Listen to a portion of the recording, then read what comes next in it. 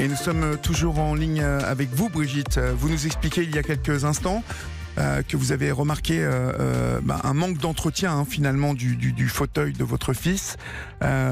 Qui dit manque d'entretien, je sais pas moi, à un moment je pense qu'il y a pas assez de personnes pour s'occuper de tous ces enfants et puis on accumule les tâches qu'on ne peut pas faire tous les jours et puis ce fauteuil il peut se retrouver avec des moisissures parce qu'on n'a pas le temps de le nettoyer tous les jours.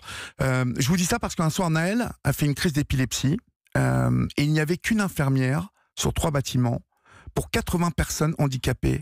Est-ce que vous avez pensé à ça à ce moment-là? Est-ce que lorsque vous alliez en visite dans ce centre, vous êtes fait cette réflexion qu'il n'y avait pas assez de personnel finalement?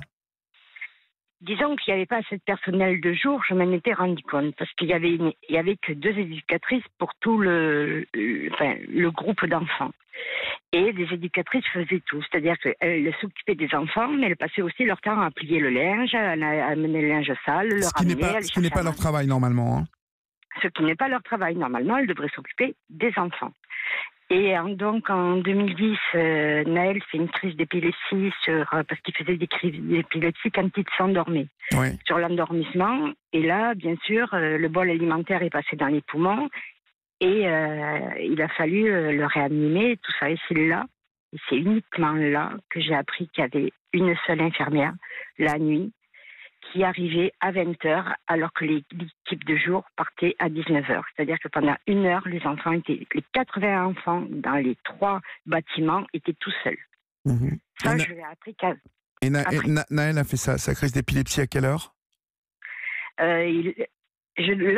Alors, tout ce qui a rapport à ce qui s'est passé ce soir-là, je n'ai jamais pu avoir aucun document, que ce soit du centre, que des pompiers, que même de l'hôpital. J'ai jamais pu avoir un seul document écrit. Est-ce qu'il a pu être réanimé, Naël? Alors, ils l'ont réanimé. Et donc, ça s'est passé dans la soirée, on est bien d'accord. Moi, je n'ai été prévenue que le lendemain matin. Mmh. Et là, le directeur du centre a eu une phrase terrible en me disant, c'était pour Pâques, je me rappellerai toujours, il m'a dit, de toute façon, si on l'a fait réanimer, c'est parce que vous y teniez. Et ça, sur le moment, si vous voulez, ça m'a choquée, mais c'est après que j'ai réalisé l'importance de cette phrase. Mmh. Alors, je vais vous arrêter sur cette phrase et je vais me retourner vers Céline Boussier qui vient d'écrire Les enfants du silence. Donner une voix à ceux qui n'en ont pas, parce que cette phrase, elle est lourde, elle résonne, cette phrase. Ces enfants qui n'ont souvent pas l'usage de la parole, qui parlent avec les yeux parfois, mais qui font passer tellement d'émotions. Ça veut dire que voilà, un enfant qui n'a pas la parole, qui est handicapé, il n'y a que les parents qui veulent le laisser en vie, puisque c'est ce qu'elle voulait dire, cette phrase-là. Comment vous la traduisez, vous, Céline Boussier, cette phrase? Elle est terrible, elle est d'une extrême violence. Là où pour moi, à mon sens, ces enfants parlent. Alors certes, pas avec la langue de Molière, mais comme vous le dites très justement, ils parlent avec les yeux, ils parlent en pinçant, ils parlent, avec les sens, en criant. Et je trouve ça d'une violence qu'on ait pu répondre à Brigitte. Cette phrase, ça veut dire quoi? Clairement, on ferait, on ferait même pas ça à un animal. Quand vous emmenez votre chien pour être euthanasié, c'est même pas un procédé, c'est même pas les procédés que font les vétérinaires. Mmh.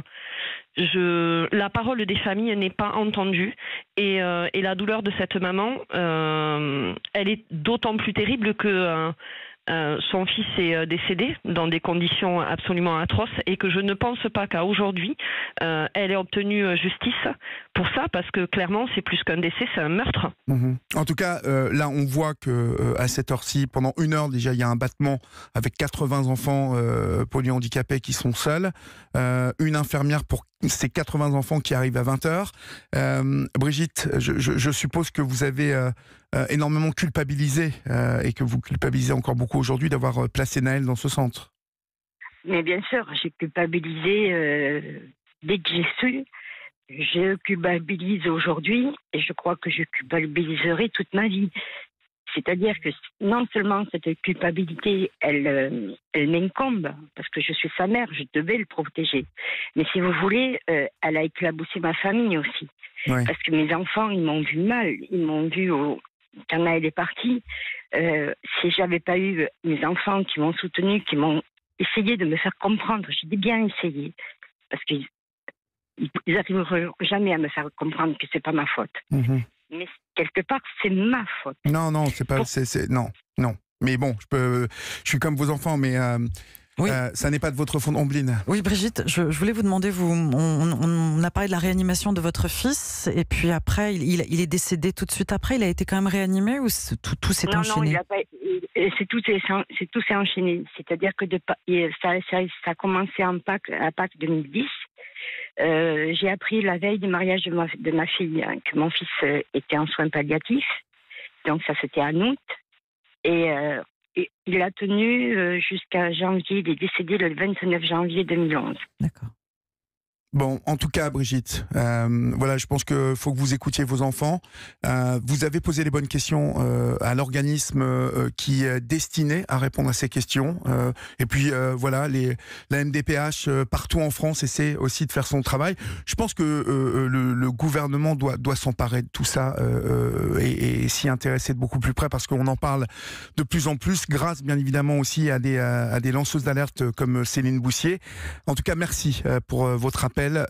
Et pour votre témoignage cet après-midi sur Europe 1, Brigitte. Et puis voilà, je vous embrasse, je vous souhaite plein de courage.